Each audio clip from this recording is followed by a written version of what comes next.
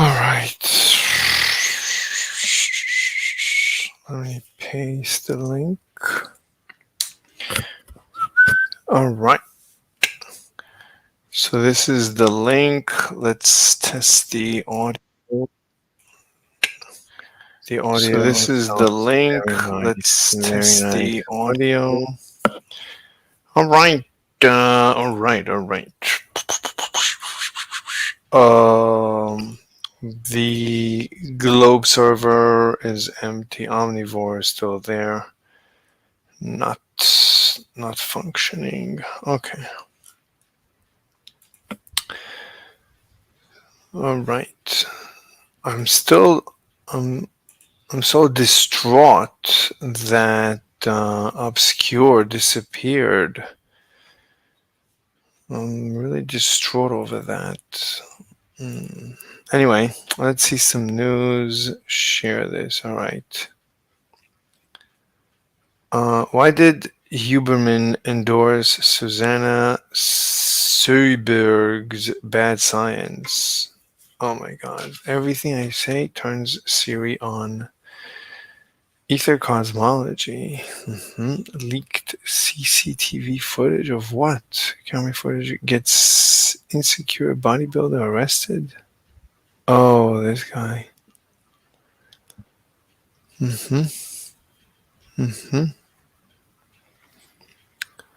All right.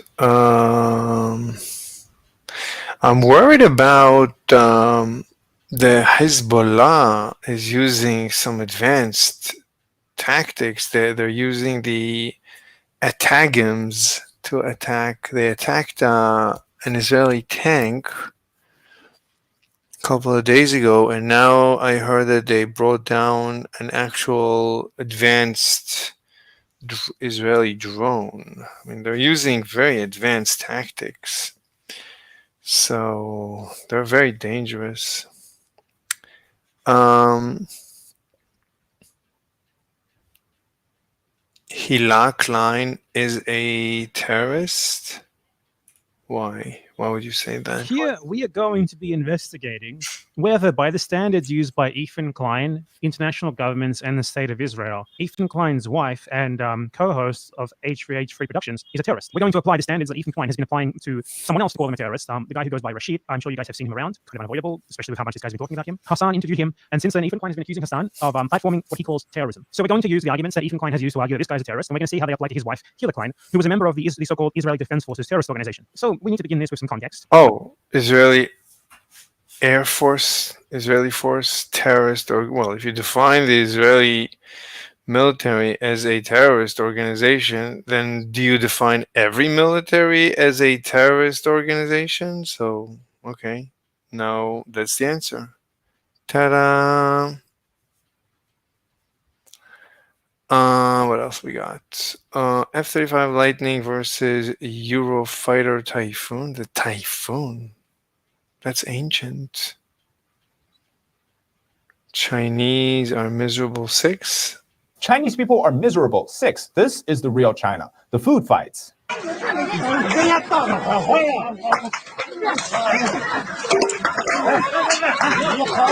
The cruise battles.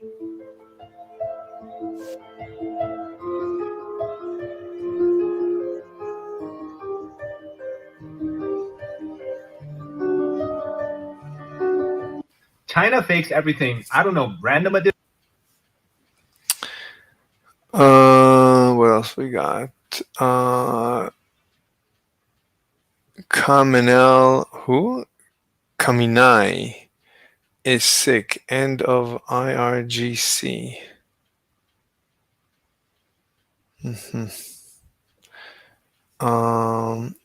What do we got? Bezos response: 200,000 Washington Post readers cancel subscription. Understanding Hamiltonian mechanics 1. The math. Let's see. I want to try and introduce Hamiltonian mechanics in a hopefully more satisfying way. I want to look at the equation, understand what they mean, and also why they must be that way, why we have those particular equations and not others. So the way that we're going to look at it, we're going to look at Hamiltonian mechanics from 5 different angles. First, we're going to look at the math and the geometrical interpretation of that math. Then we're going to look at it in terms of Hamiltonian mechanics is just total energy. I don't understand what do you mean by mechanics. physical measurements. Then we're going to look at it in terms of thermodynamics, in terms of information theory, and in terms of state definition and state mapping. And what we're going to see is that Hamiltonian mechanics coincides with assuming deterministic and reversible evolution.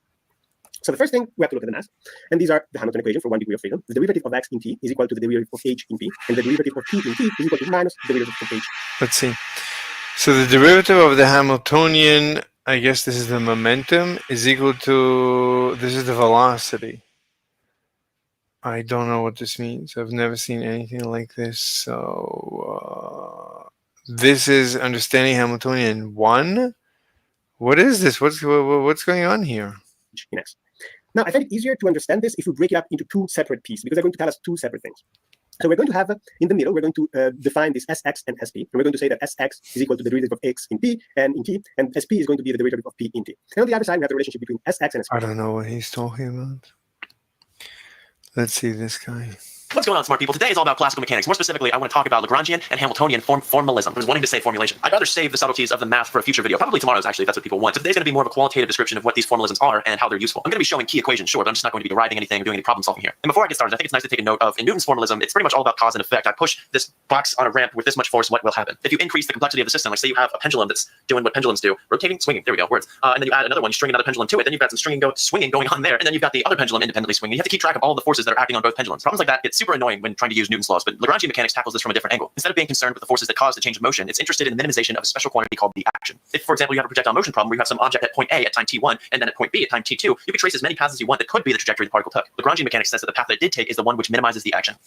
Not to get too technical, but I think it's worth it to define what the action is. It's defined as an integral from t1 to t2 of another new quantity that we call the Lagrangian, and the Lagrangian is defined as the difference between the kinetic and the potential energy, 2 scalars. And that will depend on those possible trajectories. And the notion of minimizing the action leads us to the principle of least action. Nature would rather walk downhill than uphill. One thing about the real trajectory in this example is that they would satisfy what are known as the Euler-Lagrange equations, which you can then obtain the equations of motion, and then from that get the actual trajectory. Euler-Lagrange equations are analogous to Newton's second law, F equals ma, but instead of dealing with vector-valued forces in terms of differential equations, you deal with the Euler-Lagrange equations in terms of generalized coordinates, meaning coordinates that don't have to form a vector. So if you have some ugly-looking classical mechanics problem where your system is subject to a bunch of different constraints and you have to find all these forces, all that good stuff, it might be easier just to try to express it in terms of Lagrangian mechanics. Next, formalism. Moving on to Hamiltonian mechanics. There are a couple ways to segue into this. The first is to say that the Hamiltonian is what's known as the Legendre transform of the Lagrangian. I'm not really going to get into this. I don't think it'll be too helpful for those of you who are brand new to the idea of a Hamiltonian, but basically with the Legendre transform, you're transforming a function of one set of parameters into another function of those parameters conjugates. And in this case, the generalized speeds conjugate is the momentum. I'll leave a link in the description if you'd like to read more about this way of describing the Hamiltonian, but for now, let's keep it simple. For simple systems, the Hamiltonian is just the total energy of the system, the kinetic plus the potential, as opposed to the Lagrangian being the kinetic minus the potential. But this is only true if your generalized coordinates have no explicit time dependence. What am I doing with my hands? If you associate Lagrangian mechanics with the Euler-Lagrange equations, then Hamiltonian mechanics has Hamilton's equations. And these are first-order differential equations in terms of generalized position and momentum. One thing to note about Lagrangian versus Hamiltonian mechanics is that with n degrees of freedom, the Euler-Lagrange equations gives you n second-order differential equations to solve, whereas Hamilton's equations gives you 2n first-order differential equations to solve. Classically, all 3 formalisms are pretty much equivalent because they can describe the same things, but you can also,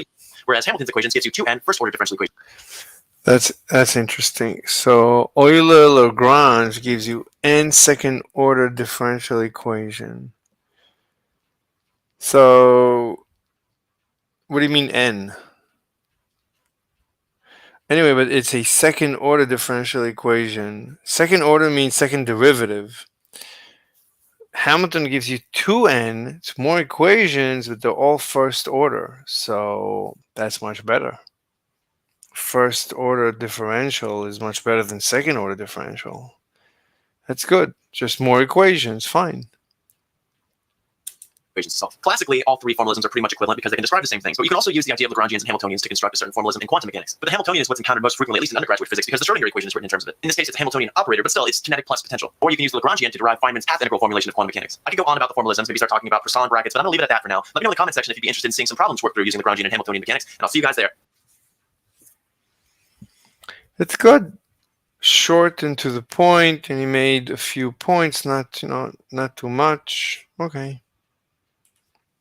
When I was taking Gen Phys 1, it was very clear to me how the class could be useful, but I always found it a bit unsatisfying because it seemed like we were memorizing equations for specific and sort of random systems that we were taught in class. It didn't really feel like this knowledge could generalize to a system I hadn't seen before. It turns out that all of General Physics 1 is derived from a slightly more fundamental model of how the world works, which we call the principle of least action, and I'll do my best to explain my understanding of it here. I can't really understand his audio. It's not good.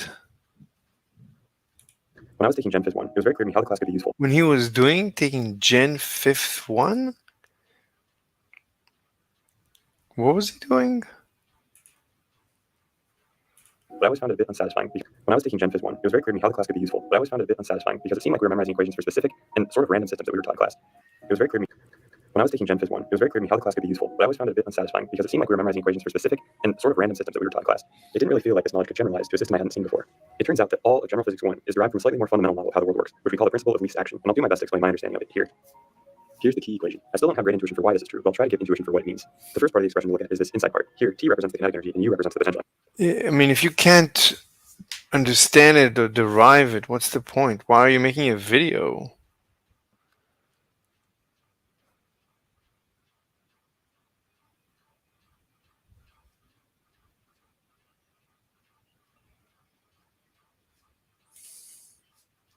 Hi, physics viewers, you're watching Physics Hood. Just imagine a situation where quantum particles are being influenced by nothing at all. I think I should give details of what I'm yapping It's not particles, it's waves. about. And what I mean by nothing is that a very long time ago, we created this completely theoretical concept of a field or a vector potential, which are just used to ease calculations, by the way. And what physicists have thought for a really long time is that this vector potential idea can never really affect physical stuff or quantum stuff. But these two physicists, David Bohm and Dr. Arnav, gave a really bizarre idea, which was later tested by another physicist, Robert Chambers, an upgraded version of double slit, if you will. They added a solenoid in between the slit and the screen. And by the way, solenoid is essentially this device in which current is run along the wires, which then creates a magnetic field inside of it. And electrons were shot on the screen while the solenoid was on and when it was off. But the caveat to this experiment is that the magnetic fields cannot affect the electrons directly, and the screen pattern would be the same in both cases. And when he noted the results, oh my god, it's so exciting! The electrons made different patterns. How did that happen? Did something went With magnetic field in solenoid, without magnetic field in solenoid. Alright, so this is the control. Alright, so it made this. With the magnetic field, it did this. It's like more even. Without, it's less even? This doesn't make any sense. wrong? No, it's actually the magnetic vector potential which affected these electrons. Well, electrons behave like waves, and waves have this property of phase. Phase is basically the same idea as you have studied in trig, like there's a phase difference of pi by 2 between a sine and a cosine wave. So when physicist Robert Chambers saw that electron screen pattern, he saw exactly that phase difference. So basically this vector potential, which is present around the solenoid due to the magnetic field, is affecting the electrons. But how do we know that it is the magnetic vector potential? Long ago there was another great physicist, Erwin Schrödinger. Yes, exactly the guy who did the cat potting. I can't understand what she's saying. We'd like to thank Nord, makers of NordVPN, for supporting PBS. Hey everyone, just letting you know that there's new limited edition merch at the merch store. More info at the end of the episode. All particles belong to one of two large groups. Fermions, like protons and electrons, which make up everything we consider matter.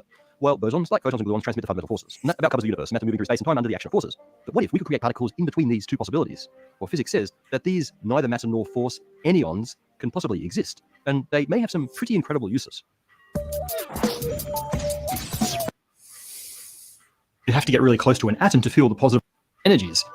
Quantum mechanics gets weirder as we go to smaller sizes and higher energies. It's strange enough for atoms, but positively bizarre when we get to the atomic nucleus. And today we are going nuclear as we dive into the weird world of quantum chromodynamics.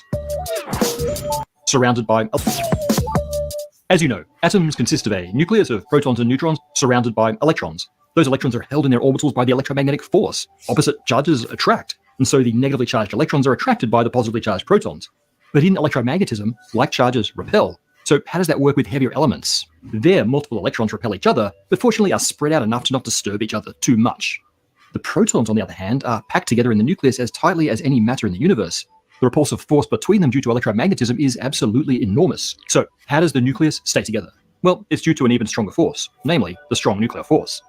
But if the strong force is so strong, why is it confined to the atomic nucleus? The answers to all of these questions lie in the complex behavior of quarks and gluons via the rules of quantum chromodynamics. Our lead to understanding the strong force came in the 1940s when we switched on our first particle accelerators and started to detect a veritable zoo of new particles. As physicists tried to understand the aptly named particle zoo, certain peculiar relationships were observed. In particular, Murray-Gell-Mann and others realized that the way these particles... Wait, I have a message. Oh, so Jeff Bezos no longer supports Harris. That's why everyone left him.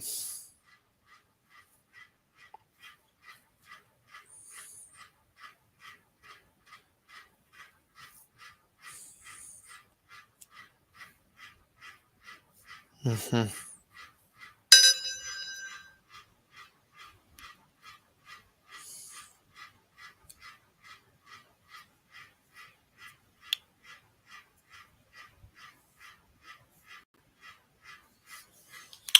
Okay. Mhm.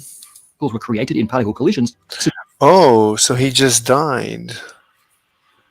Oh, he's from Texas. I can see. Gilman. Particles. As physicists tried to understand the aptly named particle zoo, certain peculiar relationships were observed. In particular, Murray Gell-Mann and others realized that the way these particles were created in particle collisions suggested the existence of a new conserved quantity that they named strangeness. And strangeness was strange indeed. Gell-Mann and Yuval Niemann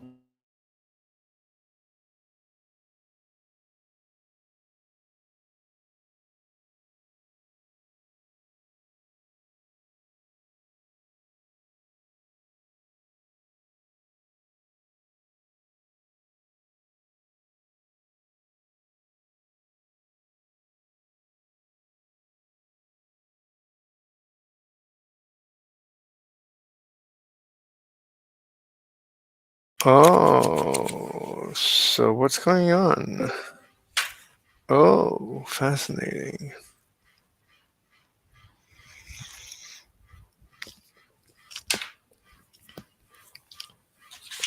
Okay, let me plug in some power.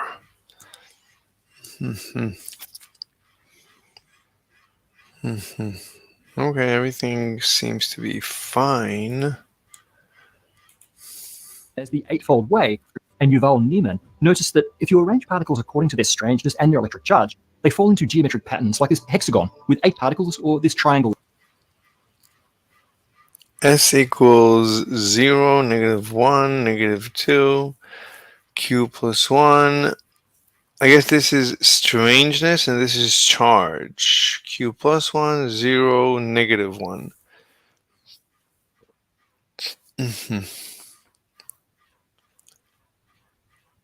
I don't understand what's going on. So S equals, what is this? Is the proton, neutron, sigma, eta, zeta, sigma naught, lambda naught. I don't get it. Why? I mean, he should explain this. I mean, you're. This is what you're here for. Explain. Don't just assert. With 10. This is known as the eightfold way, and it's like a periodic table, but for particles. Before too long, it was realized that the particles of the particle zoo were not elementary. They were made of smaller particles still, and those particles are quarks. It turns out that location on these shapes represents the quark content of the particle. Strangeness just turned out to represent how many strange quarks are present. By the way, these particles of multiple quarks are now called hadrons. Okay. So this is up, up, up. And this is up, up, down. This is probably a proton. Up, down, down. This is a neutron. And down, down, down. The rest of them probably don't exist. Strange, strange, strange. Up, up, strange. Up, strange, strange. Down, up. Okay. Strangeness. Charge. Oh, this is max strange. This is too strange. Up and down. So this is down. And this is up.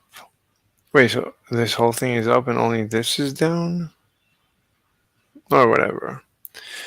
Hadron, a composite. Okay, that's a hadron. I never understood what a hadron was. A composite subatomic particle made of 2 or more quarks. Very nice. Hold on, let me just turn off the fan 1 second.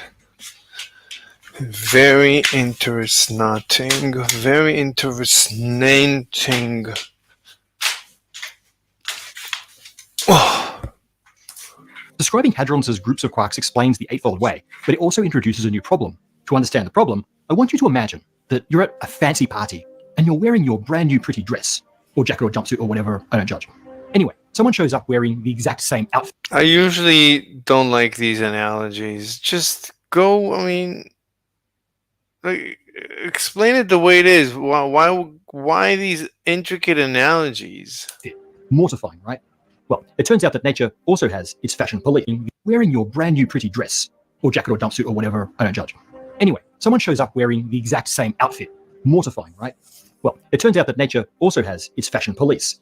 For the class of particles called fermions, no more than one particle can wear the same dress or occupy the same quantum state. That includes electrons, quarks, and many of the particles that are composed of quarks. This restriction is known as the Pauli exclusion principle. One consequence of this is that no two electrons can occupy the same energy level in an atom. Well, slight correction. Electron orbitals can contain 2 electrons, but that's because those electrons can have different spin states. It's like they have the same dress, but in different colors. And we made an episode all about that. Okay, so how does this apply to quarks? Let's look at the omega baryon. It's made of 3 strange quarks. Well, in reality, 3 valence strange quarks, 3 quarks. What's a baryon? He explained what a hadron is. He didn't explain what a baryon is. The top energy level, there's a lot happening under the hood. So all about that. Okay, so how does this apply to quarks? Let's look at the omega baryon. It's made of 3 strange quarks. Well, in reality, 3 valence strange quarks, 3 quarks in the top energy level. There's a lot happening under the hood. Now, there must be something different between these quarks in order for them to comply with the exclusion principle. 1 second, I have a phone call. Let me tell her that I'll call her back as soon as I'm done.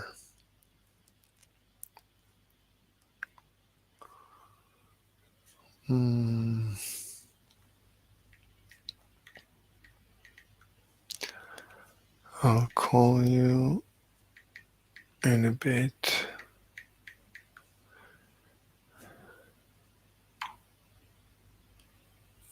All right.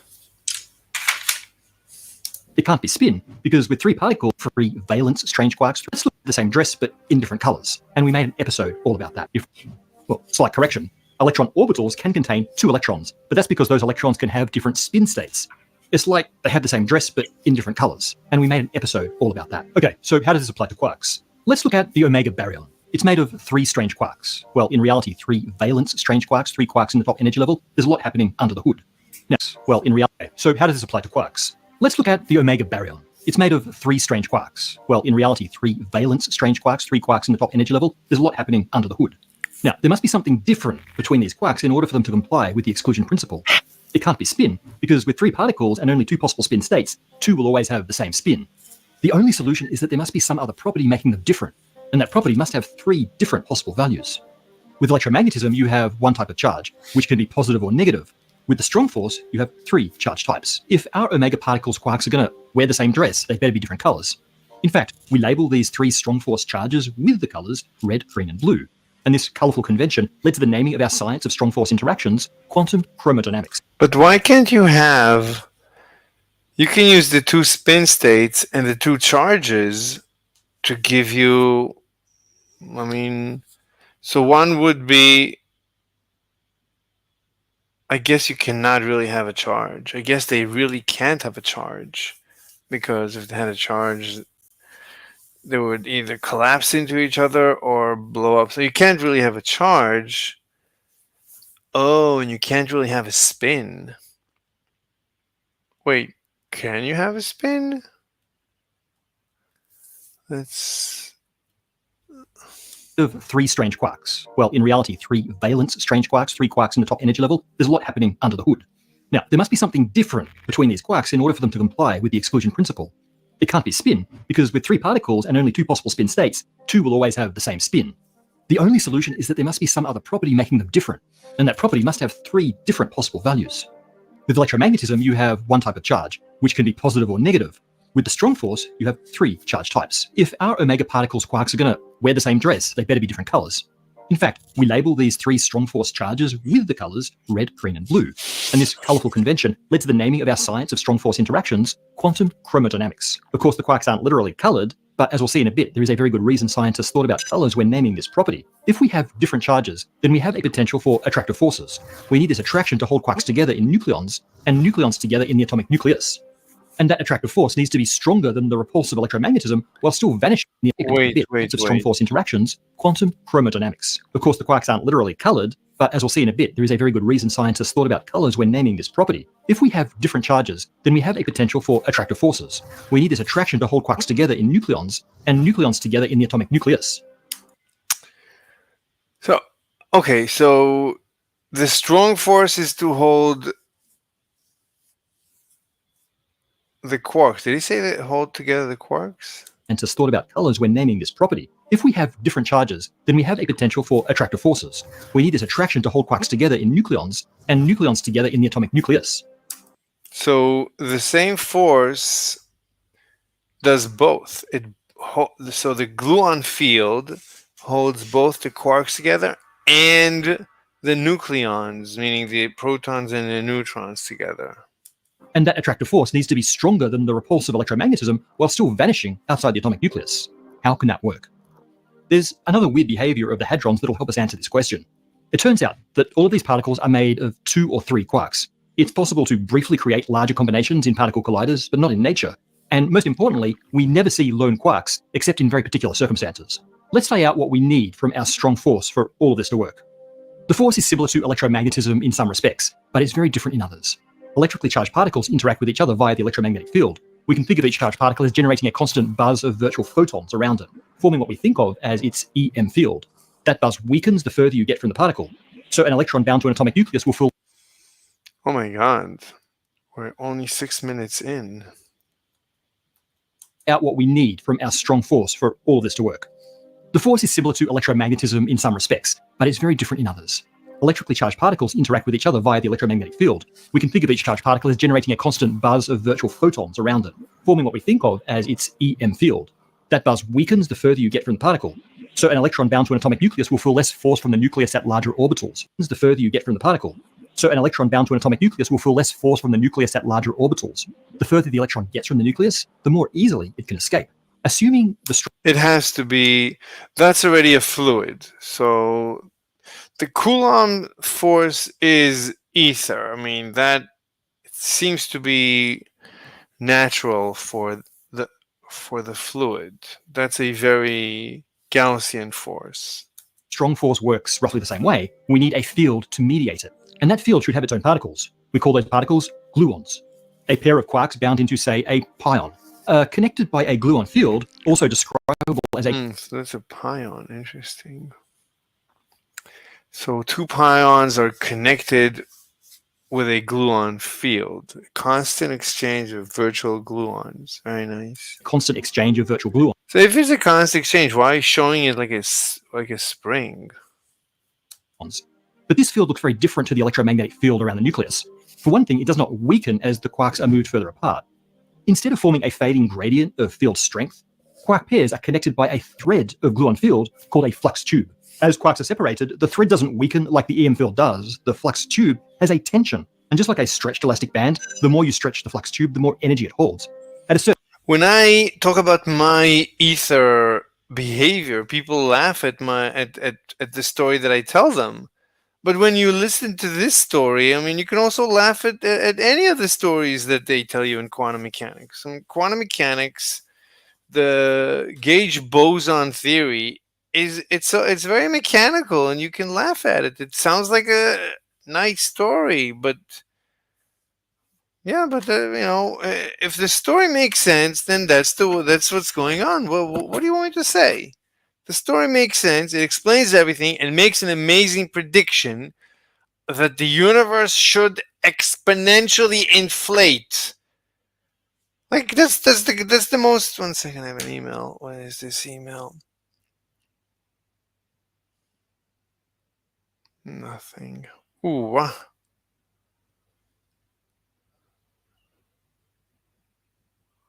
Oh my god. Okay.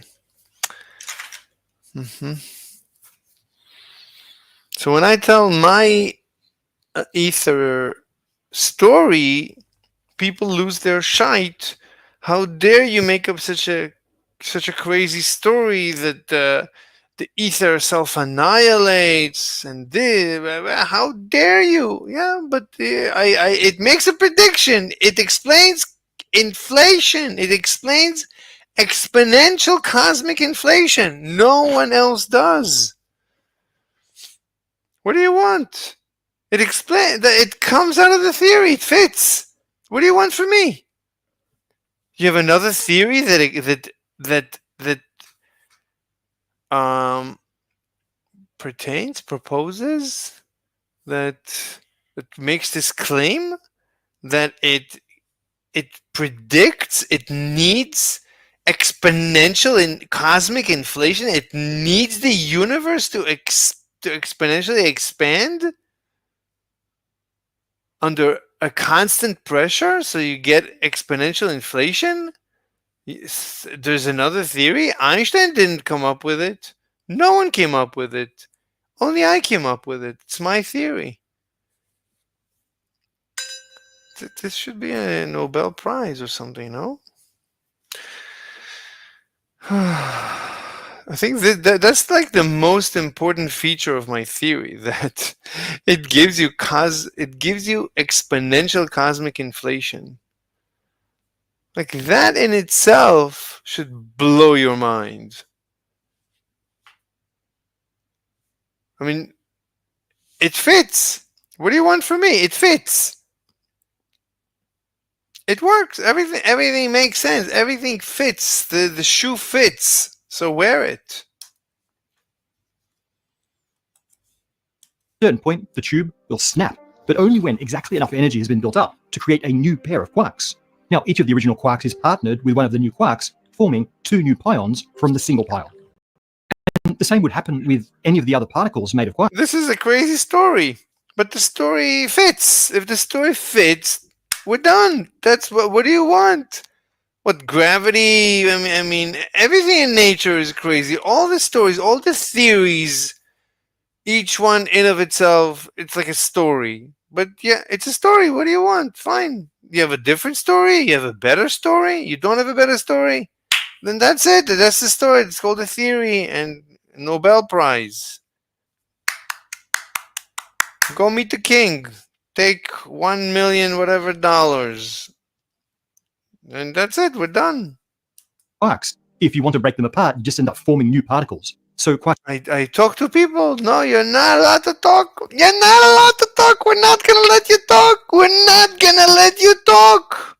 Why don't you want me to talk? Prove me wrong. It's such a simple theory. Prove me wrong. Why don't you prove me wrong? How difficult is it to prove me wrong? Right? I'm such a dumb, and I'm so wrong. Prove me wrong. No, we're going to shut you up. Quarks never end up alone except in the most extreme energies. With enough energy, like in the very early universe or at the impact point in a large particle collider, space gets sort of saturated so that new quarks can't be formed. That allows point for energy when exactly enough energy has been built up to create a new pair of quarks.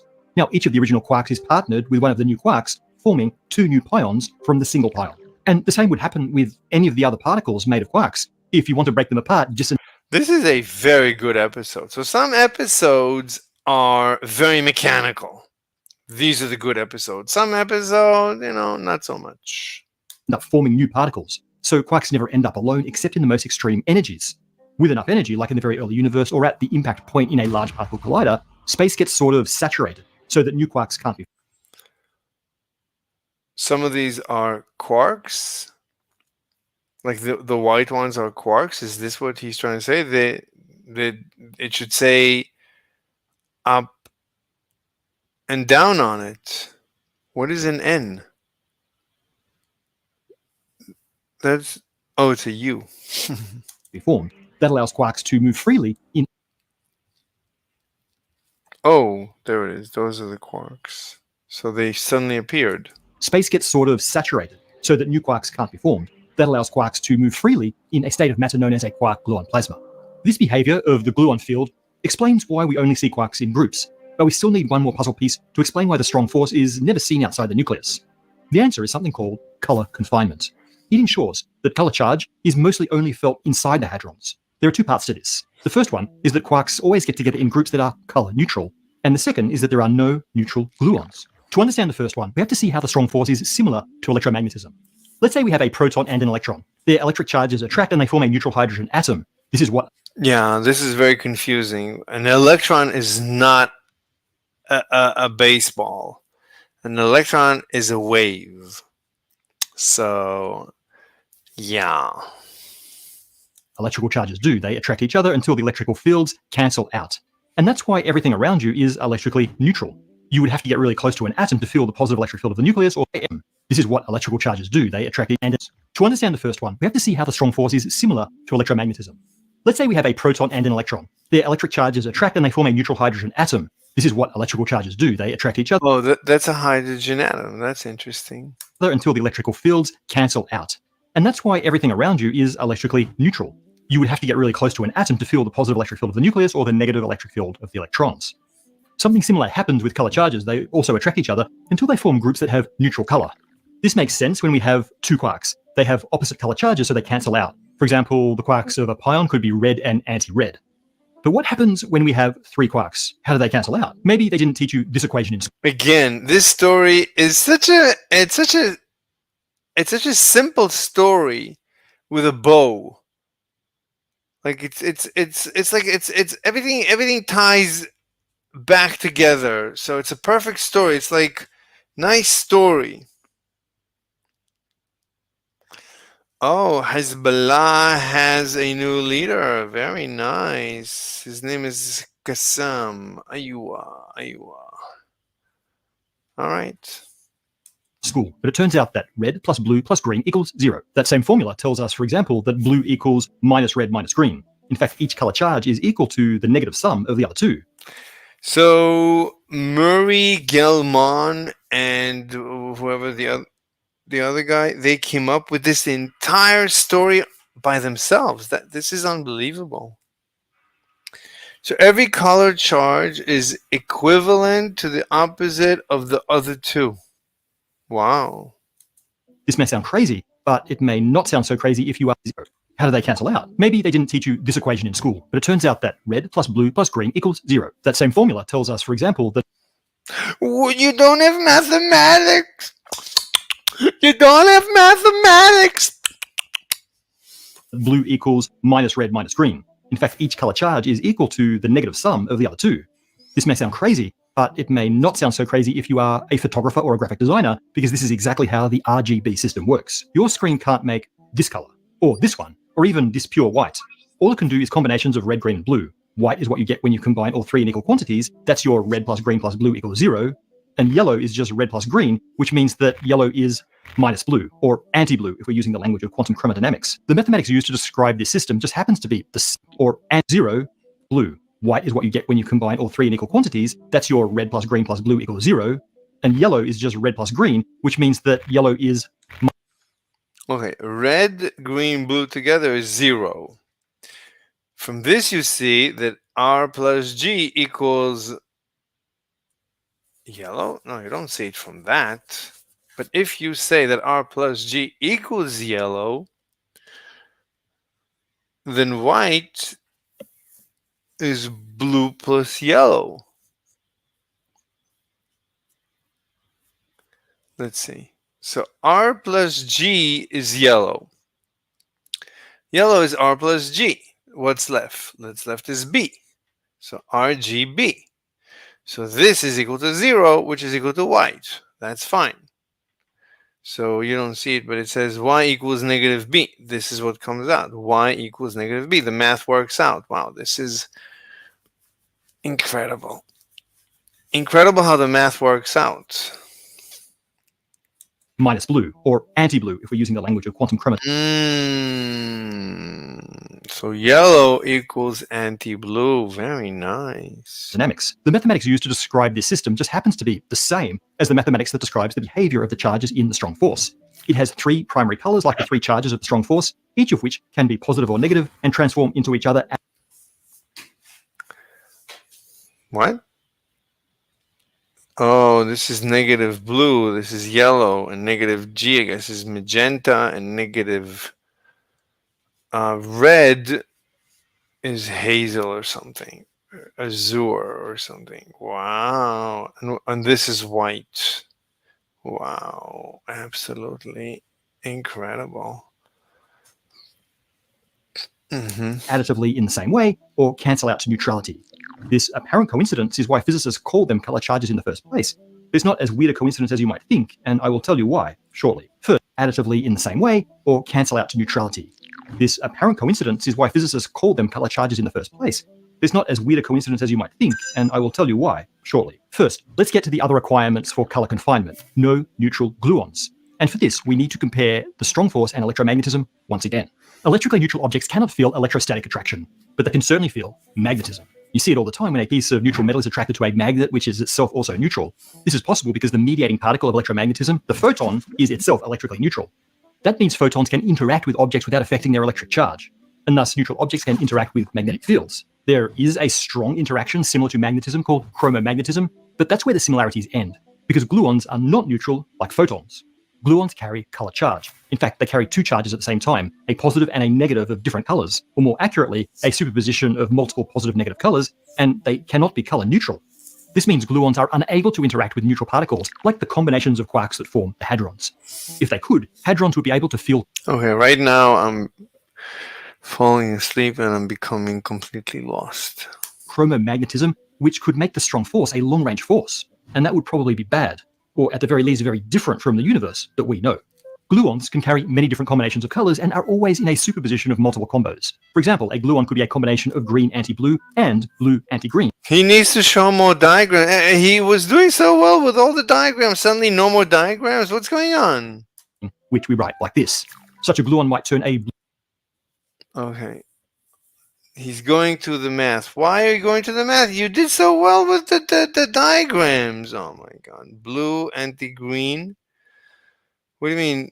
But is it multiple? Are you multiplying? I don't get it. Oh my god. blue quark green or a green quark blue. Sometimes we even have to consider three possibilities, like a red anti-red plus blue anti-blue minus 2 times green anti-green. This last one looks color neutral because each of those three combos appears to cancel out, but it's not really neutral because the probability of... Oh, so a gluon is a superposition of these values. Okay, so... Oh my god. So a gluon. So how many? I don't get it. Green interaction is double the other ones. It turns out that we can express the state of any gluon as a combination of only 8 gluons. 6 of them have color charge, and a gluon is a combination of 8 gluons? This is a single gluon? 2 of them are neutral but unbalanced. So does this look familiar? It is the 8-fold way from earlier, and in fact, we can also use it for the 8 colors of RGB, red, blue, and green, plus anti-red, anti-blue, anti-green, or as we know them better, cyan, yellow, and magenta, and then black and white at the center. The position of each object on the hexagon tells you how much they have of a certain type of quark, a certain color charge, or a certain amount of actual color. The reason this pattern arises in so many different places is a question of symmetry. Whenever you have a combination of 3 degrees of freedom in groups of 3, and 2 of those combinations are neutral, like the black and white, you get this mathematical structure. Its name is Special Unitary Group of Order 3, but we're all friends here, so we can call it SU3. This symmetry is baked into the laws of physics, and there it manifests as the strong force. But SU3 appears in many other contexts, like in the behavior of the color receptors in our eyes.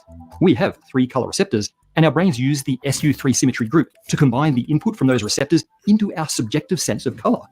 When we build a screen to display only red, blue, and green pixels, we're manipulating the way our brain interprets combinations of these colors. But this isn't the only way biology does this. Birds have 4 color receptors, dogs have 2, and the mantis shrimp has 16.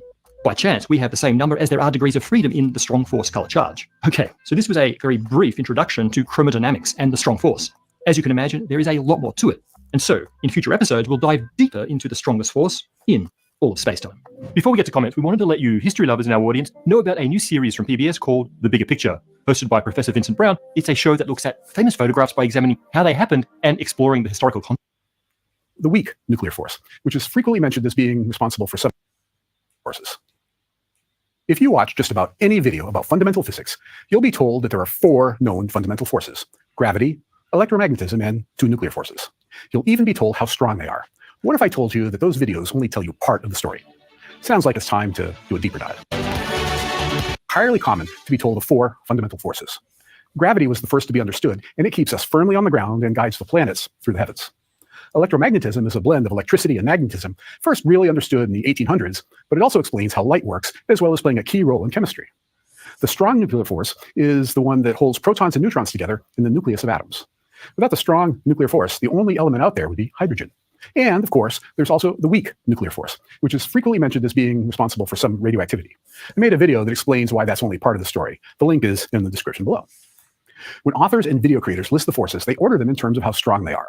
The usual list says that the strongest of the forces is the strong force. If you call the strength of the strong force to be the basic unit, we can say that it has a strength of 1. Then, each in turn, we say that the strength of electromagnetism is about 0.01, the weak force is about 10 to the minus 5th power, and gravity is the paltry 10 to the minus 40 power. And that's the story we tell. Of course, if you think about it for the tiniest moment, you realize that this simple statement is utter hogwash, or at least it's a This video is sponsored by Delete Me. Click the link in the description to get a very special offer for Arvin Ash viewers. Let's say you're driving a car going 100 kilometers per hour. It should be easy to see that your car has energy, the energy of movement. This is called kinetic energy. In classical physics, this is a simple formula, 1/2 mv squared, or 1/2 times the mass times velocity squared. And since you're sitting in that car, also moving at 100 kilometers per hour, you have energy too. If you weigh 80 kilograms, you can use the equation to find that your energy is equal to about 3.1 times 10 to the 4 joules. But did you know that the energy you have standing still on the ground, not moving at all, is more than 100 trillion times that, over 6 times 10 to the 18 joules? How is this possible? Yes, I know what you're already thinking. I'm going to invoke E equals mc squared. Yeah, mass is the same as energy, so the energy is in my mass. You've heard this 1,000 times. You may have also heard that most of that mass is tied up in the form of energy within the nucleus of atoms. But have you ever thought about what that energy actually is? How and why is it in the nucleus? Is it due to movement? Is it due to forces acting on something? What exactly is the nature of this energy and why is it there? How is it that mass can be the same as this energy? If it's all energy, then is mass even a real thing? Finally, StreamYard is responding. Jesus, let me see what they're saying.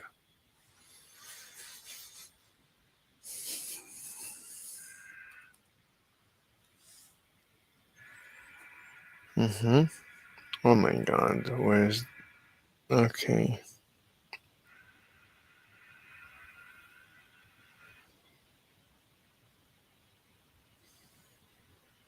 Where? So this is already from a couple of days ago, or is it? Is this it? It looks like the error message is not originating from StreamYard, and it may be from the webpage you are sharing from. Either way, it looks like there may be something interfering with your internet connection. Before your next stream, can you please make sure clear your browser cache and restart your internet router? Internet router. It may also help to disable an extension or add-ons you have on your browser and make sure you are using most updated version of Chrome. Okay. All right, they don't have an answer. Okay. How and why is it in the nucleus? Is it due to movement? Is it due to forces acting on something? What exactly is the nature of this energy and why is it there? How is it that mass can be the same as this energy? If it's all energy, then is mass even a real thing? I'm going to ask how and why questions over and over again, like a child, until we get a final answer. And this will take us on a scientific and philosophical journey into the mind of the universe. Let's go on this journey together, coming up right now. How does he know physics? I don't know. Like he calls himself a science communicator, so he's not a researcher. He seems to know a lot. Person might weigh the same as this rock. Nothing's moving, so there's no kinetic energy. And there's no heat emanating from the rock that we can see. But they both have about the same amount of energy. So what's happening? Where is this energy? Well, it's in the mass. Where is this mass located? And where's the energy in this mass exactly? Let's answer the first question first. Then we'll answer the second question before we go even deeper. What we call the mass is made up of all the atoms in the rock. Almost all the mass of an atom, typically more than 99.99%, is located in its tiny center in its nucleus, which makes up a tiny fraction of its overall volume. The rest is in the electrons that surround the atom, making up the rest of the volume. There are two sources of mass. The known mass of fundamental particles, that is elementary particles, which is what everything in the universe is made up of, comes... Wait, what? I'm falling asleep. In its tiny center in its nucleus, which makes up a tiny fraction of its overall volume. The rest is in the electrons that surround the atom, making up the rest of the volume. There are two sources of mass. The known mass of fundamental particles, that is elementary particles, which is what everything in the universe is made up of, comes from their interaction with the Higgs field. You can think of this field as like an energy grid that is everywhere in the universe. The different elementary particles take different amounts of energy from this grid. The more energy they take, the more their mass. So for example, the down core, which has a mass of 4.7 MeV, or mega electron volts, interacts more intensely. It takes more energy from the Higgs field than an electron. What do you mean takes more energy? What do you mean takes more energy? So it burns through the energy? Which has a mass of about 0.5 MeV. Similarly, all elementary particles that have mass interact with the field to some degree. It's so incredible. Every time I tell them about the annihilation of my ether, they get so upset. Oh, how dare you annihilate! You're in violation of conservation! Yeah, but what about the dark energy? Everybody agrees dark energy violates conservation. How dare you? Oh my God, they get so upset. Jesus.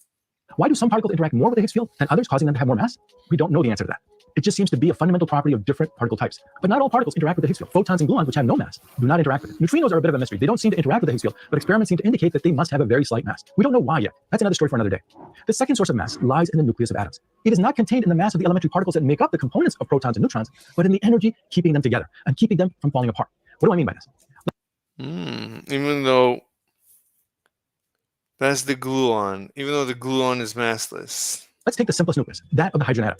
The atom consists of just one proton, which is the nucleus, surrounded by one electron. The mass of this nucleus is about 938 MeV. I can also state this as one atomic mass unit, or in grams, it would be about 1.67 times 10 to the negative 24 grams. But to keep things consistent and less confusing, I'll state everything in terms of MeV. A proton is made up of two up quarks and one down quark. An up quark has a mass of about 2.2 MeV, and a down quark has a mass of about 4.7 MeV. So if we add up all the masses of each of these three component parts, we get a grand total of 9.1 MeV. This is only about 1% of the measured mass of the proton, 938 MeV. So where's the other 99% of the mass? We just demonstrated that the Higgs field is responsible for only about 1%. The remaining is still in the nucleus somewhere. How and where is the other 99% of the mass hidden? Before we get to that, did you know that your identity and personal information is not hidden? In fact, there are dozens of data brokers that sell your privacy and with my online privacy, protect yourself. And with Delete Me, when you go to join code Arvin-20% is due to the force that keeps these quarks bound together. Quarks glued together in hidden 99% of the mass. .com/Arvin-20 or code Arvin-20. We can simply click the link in the description. Now back to the mystery of the hidden 99% of the mass. Now we're getting to the meat of our video. The 99% is due to the forces that keeps the quarks glued together inside the proton. What the heck am I talking about? He's a good explainer. He knows. He's good. Very well. I'm halfway through and I understand everything thus far. Very good. /Arvin-20 or code Arvin-20. We can simply click the link in the description. Now back to the mystery of the hidden 99% of the mass. Now we're getting to the meat of our video. The 99% is due to the forces that keeps the quarks glued together inside the proton. What the heck am I talking about? There is a fundamental force in nature called the strong force that keeps these quarks bound together to form the proton nucleus. This force is mediated by gluons. We know that gluons are massless. So how are they responsible for so much mass? Well, gluons bind quarks together and both have a kind of charge called the color charge. This charge is how the strong force operates. It's somewhat analogous to an electrical charge, where a negatively charged electron, for example, surrounding a positively charged proton makes the atom neutral. With quarks, however, we're dealing with red, blue, and green color charges that combine to form a neutral color. Now, I want to point out that these are not literally optical colors, but we use the term color charge because this charge, metaphorically speaking, works similarly to the way red, blue, and green optical colors can combine to form a neutral or white color. The way the color charge works is that each quark's color is constantly changing. They exchange colors between each other. You'll notice that while the colors are always changing, color, the way proton or neutron, they change in such a way that it's constantly changing. Blue and green optical colors can combine to form a neutral or white color. The way the color charge works is that each quark's color is constantly changing. They exchange colors. So each quark's color is constantly changing. They're always exchanging colors between each other. You'll notice that while the colors are always changing inside a proton or neutron, they change in such a way that the three combinations are consistently red, green, and blue to form neutral. This exchange of colors is mediated by gluons. That is, gluons carry a combination. The colors are changing, but the up, up, down are not changing. Of color and anti-color charges such that they can change the green and blue to form. That while the colors are always changing inside. So it's not that a down is always a certain color.